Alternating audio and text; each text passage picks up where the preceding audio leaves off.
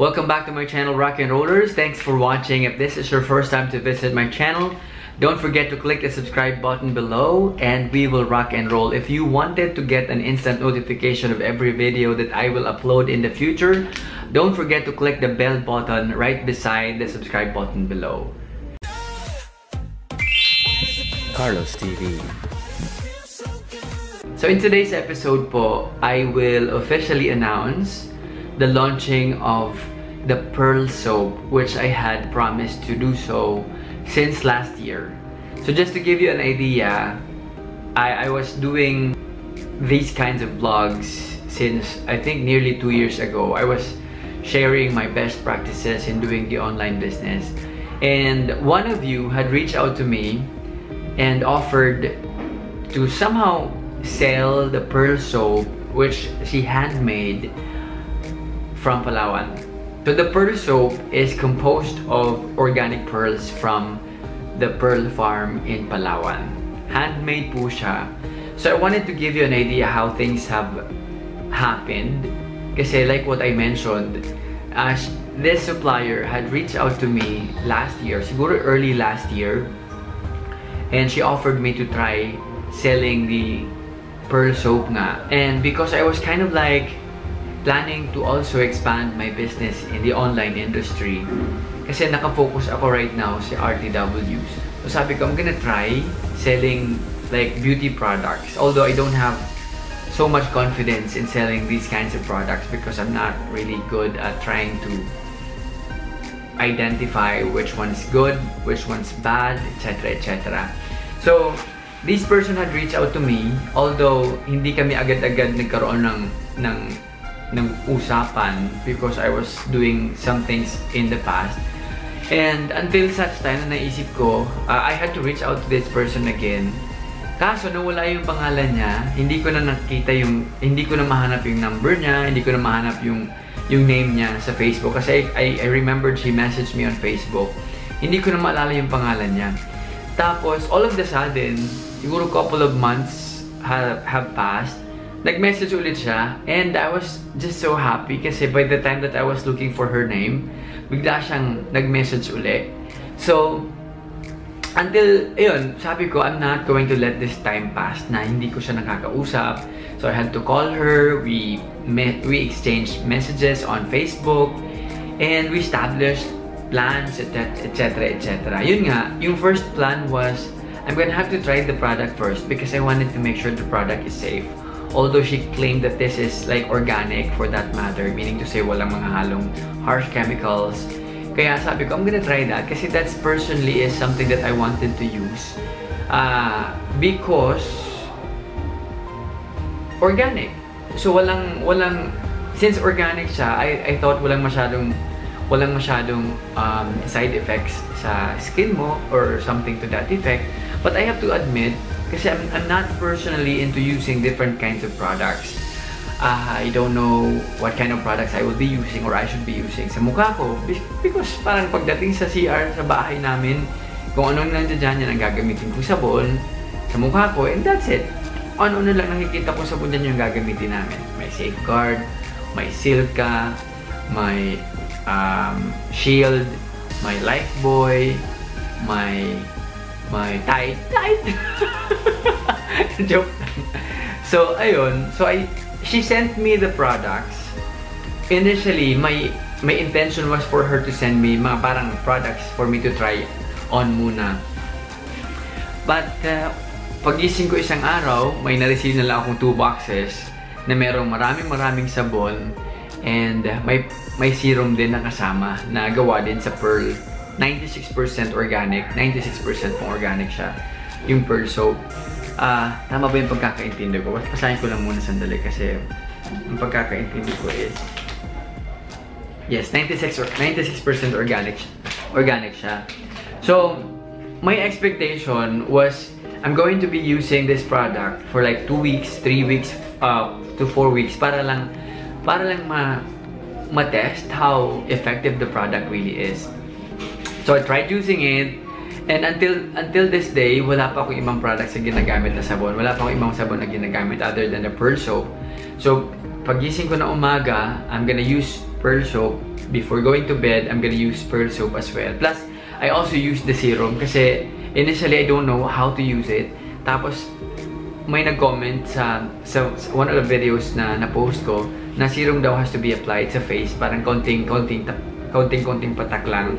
Tapos ilalagay na sa face. So, yun, ginagamit ko siya every night. So, habang ginagamit ko sa siguro mga ilang araw nang lumipas, 1 week, 2 weeks, napapansin ko rin na merong pagkakaiba kasi hindi ko normally pinapansin yung mga ganung bagay sa akin eh. Tapos, syempre, dahil may product na ginagamit and I wanted to see if it really works, ginamit ko siya, nakita ko medyo nag-glow yung skin ko, tapos, lalo pag medyo nasisinaga ng araw, sabi ng mga pinsan ko, it really has a really good effect on me. Kaya, siguro, sabi ko, this is going to be the parang trigger for me to really push the product because I think it's really working. So, not because I'm selling it, but personally, from my experience, it's really working. So, before you start selling this, if you are planning to do so, before you start doing so, I'd like for you to personally try it muna. Kasi unang-una, I wanted to share with you some of the things na I noticed about the soap. Number one, before ko pala sabihin mo na yung mga bagay na napapansin ko, nag-uusap kami ng supplier. She keeps on checking mga similar products online and she noticed na sobrang mahal ng mga products na available. Meron siyang nakita na $499. I haven't really done so yet. Merong $499, merong around 300 pesos, 500 or something to that effect. And sa atin, this product is very, very, very cheap with really good quality. Like what I said, this is organic and 100% pearl ang ginamit from their pearl farm sa Palawan. Kaya yun mismo ang i-guarantee natin sa inyo na if you are looking for a pearl soap, dito na kayo sa pearl soap na binibenta natin kasi this is pure pearls ang ginamit, walang halong kung ano-ano.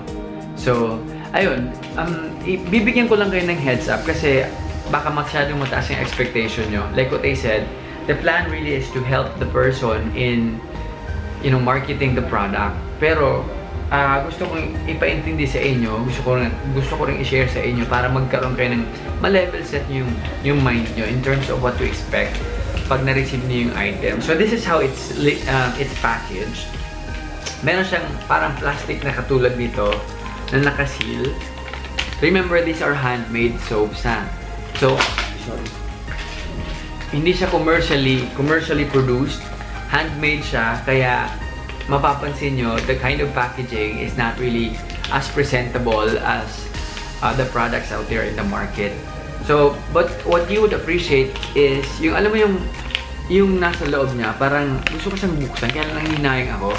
Parang meron siyang mga abaka na pang-cover mismo ng sabon. Pero naka-plastic siya na katulad nito. Parang sinil niya lang siya. Tapos meron siya sa harapan ng Certificate of Authenticity. This proves na authentic yung pearl na ginamit. Tapos this is the best anti-aging soap daw. So far, like what I said from my experience, it has very positive effect on me. Hindi ko lang alam kung napapansin nyo. Pero sa akin personally, sa personal, nakikita ko talaga na meron siyang medyo magandang effect talaga sa akin. You have to combine, you have to use it along with the serum din kasi that's what I'm doing. Yung sabon, wait lang.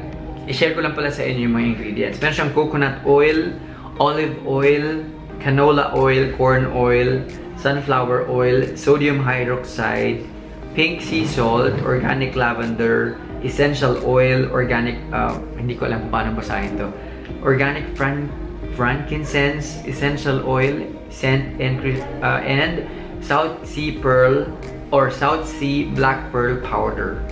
So, meron po siyang curing time na sinasabi. Hindi ko alam kung ano ibig sabihin nun. Kailangan mo siyang gamitin kasi meron siyang date of manufacture and date of expiry. So, napapansin ko dito, 1 year lang yung lifespan niya.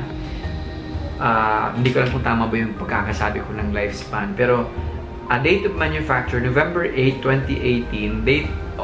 Expiry date is on November 8, 2019. So, 1 year lang po talaga yung binigay niyang lifespan. So, note for safety, please use this soap after 5 weeks. Start from the date of manufacturer. So you have to use it. If for example, you're going to use this, you have to look at the date when it was manufactured and then count like 5 weeks before you start using it. Okay? Hindi ko alam kung bakit. Siguro sa mga gumagawa ng sabon, merong mga ganong bagay. So, ayun. Gaano ba kabilis matunaw yung sabon? I have to admit, medyo mabilis matunaw ang sabon. So, ang tip na pwede kong ibigay sa inyo is pag naliligo kayo, ilagay mo siya sa separate na sabonera. Tapos, pag nilagay mo na sa sabonera, pag tapos ka ng maligo, I would recommend, or pag tapos ka ng maghugas ng mukha mo, I would recommend na tanggalin mo ulit. Keep this away from any sources of water na available sa bahay ninyo. Kasi, yung mga tila-tilamsik ng mga tubig, pag napupunta sa sabon, it can bilis niyang matunaw. Parang nagpapabilis matunaw ng sabon. So, yan lang po ang medyo downfall talaga niya.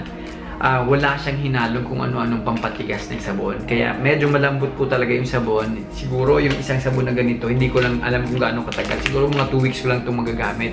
Kasi lumalambot po talaga siya. Kaya, if gusto niyo po talaga ng pangmatagalan as much as possible, you stay this away from, or you keep this away from any sources of water. Huwag nyo ilalagay sa CR kasi yung tilamsik ng paligo, unless gagamitin nyo. So pagkatapos yung maligo, tanggalin mo na agad. Okay? So yung sabon na to, it has been posted on my Facebook account. The same goes with my Shopee accounts. Andun na rin po siya yung Mabenta PH, yung Bilhin Mo Ko, and Buy Me PH. Search nyo na lang po yun, makikita nyo po mismo yan. Iba po yung retail price, and iba naman po yung yung wholesale price. You'll be very happy pag nakita nyo yung price nito kasi sobrang mura. Effective na, mura pa, organic pa. Kaya, try nyo na to. Subukan nyo. Kasi in case hindi kayo interested na magbenta ng mga RTWs, pwede ito makatulong sa inyo. Yung Pearl Soap from Palawan. Another thing is, yung South Sea Pearl Serum, ito yung itsura niya. Same price lang po siya. So, kung maliit lang po siya, mapapansin mo, ganun lang siya kaliit. Pero sobrang ganda nito pag ginamit mo sa mukha mo. Akala ko pag serum, parang oil siya. Pero so far, parang ina-absorb niya lang yung ina-apply. Basta konti lang ilalagay mo kasi sobrang konti lang talaga siya. Mura lang kasi to. Konting-konti lang. Hindi ko alam kung bakit ganun siya kakonti. Hindi ko alam. Pero, so far, maganda po yung effect nito. Wala po akong nararamdaman na kahit na anong... Wala po akong nararamdaman na sobrang kung ano-ano mga mapapansin sa mukha mo after using this. Okay? So, sa mga naghahanap ng extra income, sa mga naghahanap ng possible source of income, pwede nyo pong subukan both yung Pearl Soap at saka yung South Sea Pearl Face Serum at saka yung Pearl Soap. Okay, anti-aging po siya. Best anti-aging. So, subukan nyo na lang po muna. Yun muna marirecommend ko. Try nyo po muna gamitin para personally you can attest kapag may mga gustong bumili ng products. Tapos share nyo din sa kanila yung mga downfalls ng sabon na to. Kasi like, for example, yung sinabi ko sa inyo, medyo mabilis lang po talaga siyang matunaw. I just wanted to be honest with you para ma-manage yung expectation nyo. So yun, recommendation ko po muna is for you to be able to use it first. Sabi nga nila, be the product of your own products. So good luck and thank you for watching. Again, if this is your first time to visit my channel, don't forget to click the subscribe button below and we will rock and roll. So tomorrow, I will be filming another video focusing or featuring about the instant whitening lotion na gawa mismo ng Eurocent. Galing pa po yan sa Barcelona, Spain. Dito lang po ginawa pero yung mga ingredients galing po sa Barcelona, Spain. Papakita ko mismo sa inyo kung gaano ka-effective habang ginagamit ko. Kahit abangan nyo po yan sa mga susunod na araw.